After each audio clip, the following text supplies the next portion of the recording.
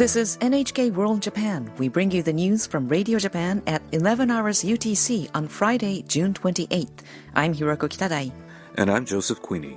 In our top stories, leaders from the world have wrapped up their first day of meetings at the G20 Summit in the western Japanese city of Osaka. A flurry of talks took place on the sidelines of the G20 Summit held in Osaka. Japan's Prime Minister sat down with the U.S. President, and the two leaders agreed to cooperate to make the G20 a success. And a Japanese district court has ordered the central government to pay damages worth about $3.5 million to families of people with Hansen's disease. Now the news in detail. Leaders from the world have wrapped up their first day of meetings at the G20 Summit in the western Japanese city of Osaka. Despite expressing concern over trade tensions, leaders appeared jovial during an initial meet and greet. But Japanese officials say many are worried about the risks to the global economy posed by ongoing disputes. Japanese Prime Minister Shinzo Abe opened the summit's first session by stressing the importance of free and open trade. Abe said, "Anxiety and discontent brought about by globalization can sometimes create the possibility of protectionism. This can lead to sharp divisions among countries, but trade restriction does not profit any nation." The tit-for-tat tariff dispute between the United States and China has already been a contentious issue, and many leaders worry about the spillover effect it may have on other economies. A flurry of the talks took place on the sidelines of the G20 Summit held in Osaka. Japan's Prime Minister sat down with the U.S. President. Shinzo Abe and Donald Trump agreed to cooperate to make the G20 a success. Abe said, "At this G20 Summit, I want to send out a strong message to the world about our commitment to helping solve the challenges the international community is facing, such as sustainably developing the global economy. I believe cooperation between Japan and the United States is essential for such an effort." Trump said, "I just want to thank you, and I know we're going to have a very successful day. We're going to be talking about many things, and we're going also to be talking about a lot of trade." He added, "So we'll be discussing trade, we'll be discussing military, and we'll be discussing the purchase of a lot of military equipment by Japan, and we appreciate that." The two leaders also confirmed their intent to enhance the Japan-U.S. alliance, saying it has never been stronger. Just before heading to the G20, Trump complained a long-standing security treaty between the two countries is one-sided. But Japanese officials say Abe and Trump did not discuss the president's recent remarks. The two did talk about a range of topics, including Iran, North Korea, and the ongoing bilateral trade negotiations. After the meeting, India's Prime Minister Narendra Modi joined them for trilateral talks. The three reaffirmed they will work together to promote a free and open Indo-Pacific.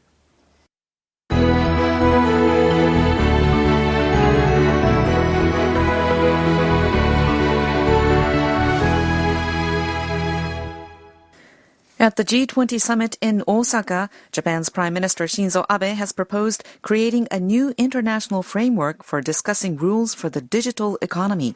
The Japanese government calls it the Osaka Track.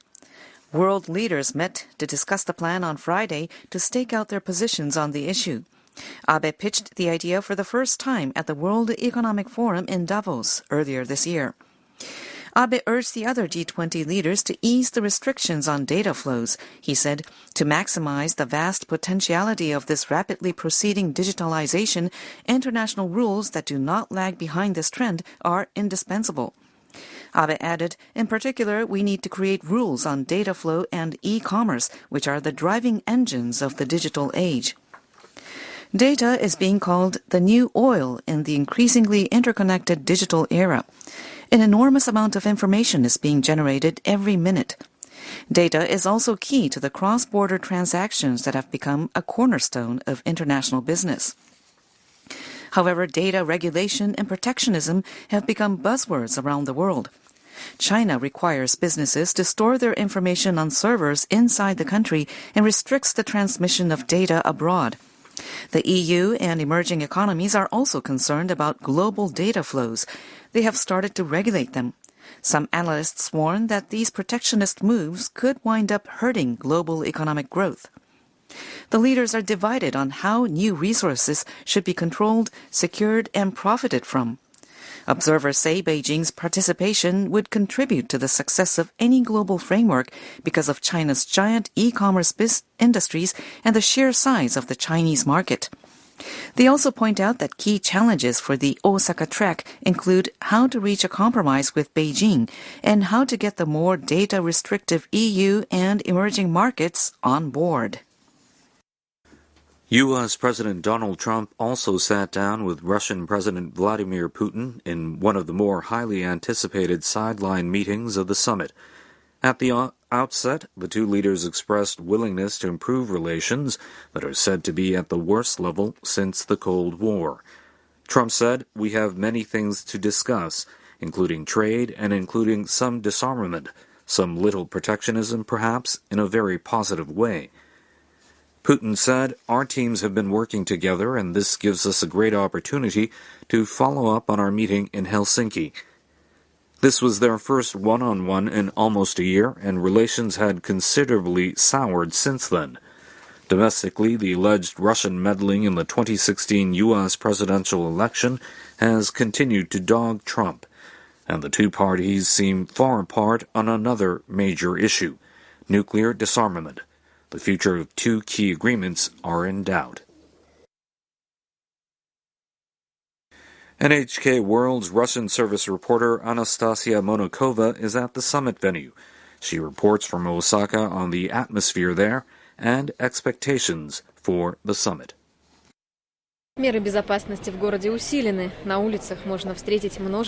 Security measures in the city are tightened. You can see many police officers on the streets from all over Japan, including those from Hokkaido to Kyushu. Traffic is blocked on the streets close to the summit's venue. Starting Thursday, many journalists and media organizations from all over the world are gathering at the International Press Center.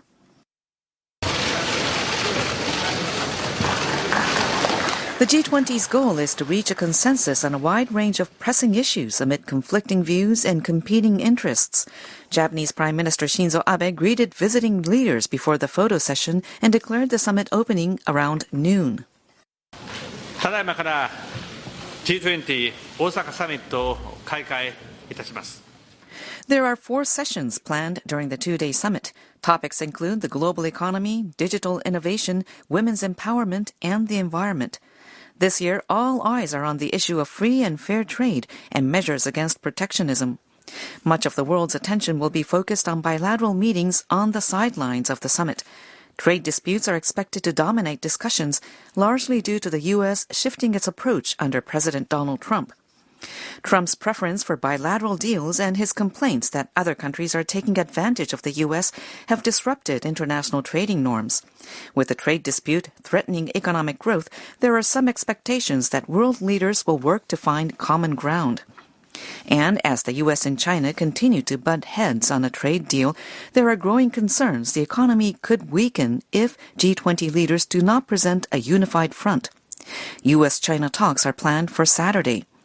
A joint statement by leaders on the summit's results will be released on Saturday afternoon.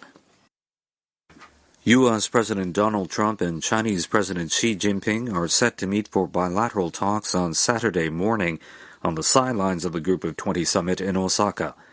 Attention is focused on whether the two leaders can achieve a breakthrough in their trade war, even as Trump threatens additional tariffs on nearly all Chinese imports if the talks fail. This will be their first bilateral summit in about 7 months.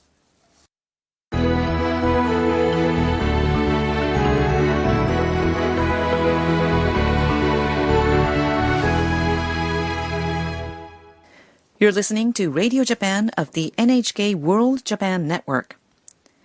A Japanese district court has ordered the central government to pay damages worth about $3.5 million to families of people with Hansen's disease, saying the families' constitutional rights were violated. The court is the first to rule that the state is responsible for damage inflicted on the families. The Kumamoto District Court handed down the ruling on Friday in a lawsuit filed by 561 plaintiffs across Japan. The plaintiffs are the families of patients who contracted the disease and were sent to isolation facilities under a now-defunct state policy. The plaintiffs said that due to the policy, they suffered discrimination and their family ties were destroyed. The families demanded that the state pay each of them about $51,000 in damages. Presiding Judge Kotaro Endo said that by 1960, the isolation policy was seen as unnecessary. He pointed out the failure of health ministers and the Diet in getting rid of the policy for decades. A law implementing the policy was finally annulled in 1996. The Health Ministry said on Friday that it learned that part of the government's claim was not approved in the ruling. It said it will closely examine the ruling and decide how to respond by consulting related government agencies.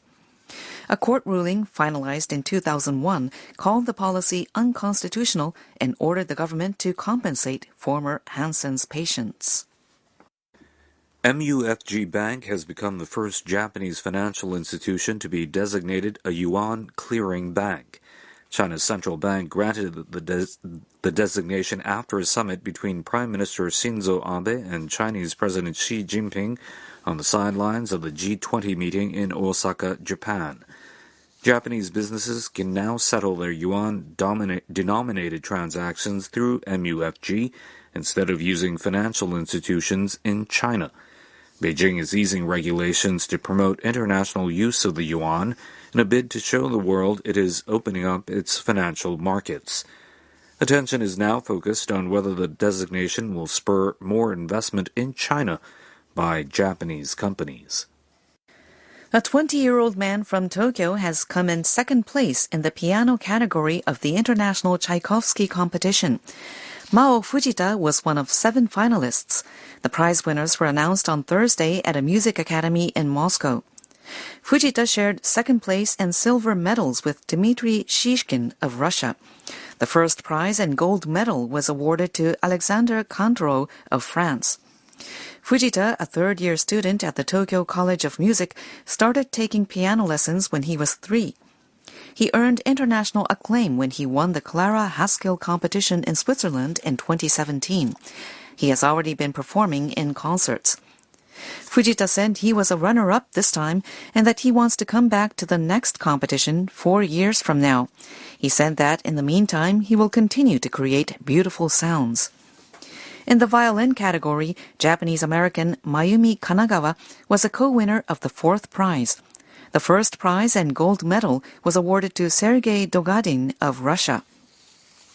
The Tchaikovsky contest, held every 4 years, is one of the world's 3 main classical music competitions, along with the International Chopin Piano Competition in Poland and the Queen Elizabeth Competition in Belgium.